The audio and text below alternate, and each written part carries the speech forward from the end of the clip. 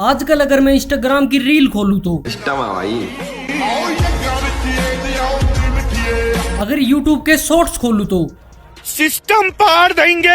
हर जगह सिस्टम हो रखी है। और हो भी क्यों नहीं, एल्विस यादव जब से बिग बॉस के घर में आए हैं तब से बिग बॉस का सिस्टम हैंग हो रखा है। और एल्विस यादव के साथ बिग बॉस का एक मेंबर और आया है, एल्विस यादव का बेस्ट फ्रेंड आशिका भाटिया। लगता है बिग बॉस वालों को भी ये बात जल्दी समझ में आ गई। अगर हमें टीआरपी चाहिए तो टीवी एक्टर से ज्यादा यूट्यूबर दे सकते हैं। और एल्विस के घर में जाने के बाद पीछे से ये बातें कौन फैला रहा है कि एल्विस बैग में कपड़े नहीं, कटारिया लक्ष्य और अर्जित को लेकर गया है। तो आइए दोस्तों देखते हैं एल्विस यादव ने कैसे बिग बॉस के घर का सिस्टम हैंग कर रखा है। चलो भाई देखो अब मैं क्या कर।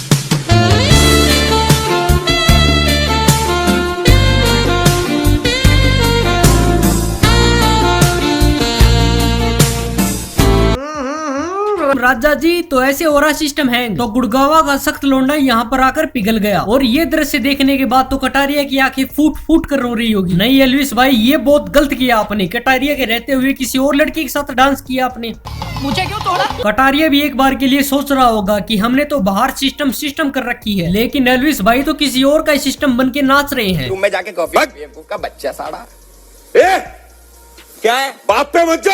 अच्छा तुम्हें पता लग गया बेवकूफी है वो? काय को बोल रहा है बेवकूफ का बच्चा?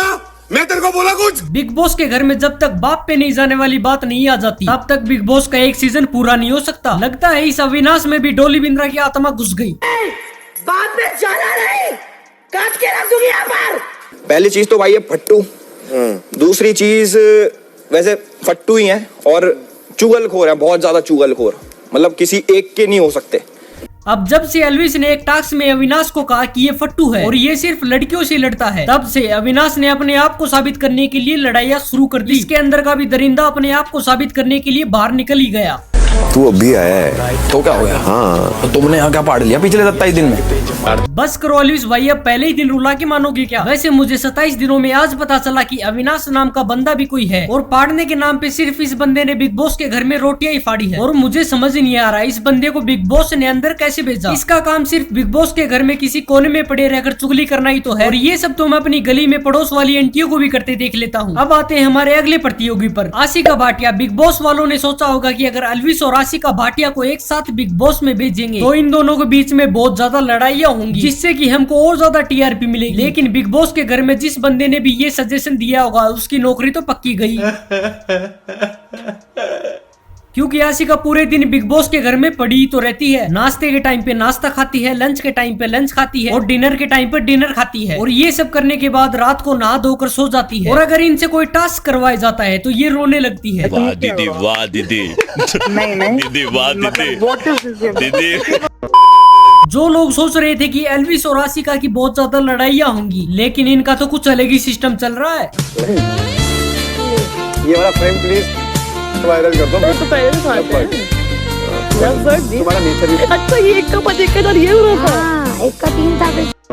साथ बैठते हैं, साथ खाते हैं और तो और जो एल्विस शुरुआत में इसके साथ सोने के लिए मना कर रहा था, वही एल्विस इसके साथ अब बेड भी शेयर करता है। अब आते हैं हमारे अगले प्रतियोगी पर, महेश दल्ले की बेटी पूजा भट्ट। अब मुझे ये बात समझ में नहीं आ रही कि इंसान भी भैंसों की तरह उगाली करने लगे हैं क्या? इन मोहतरमा को जब भी देखो इनका मुंह चलता ही रहता है।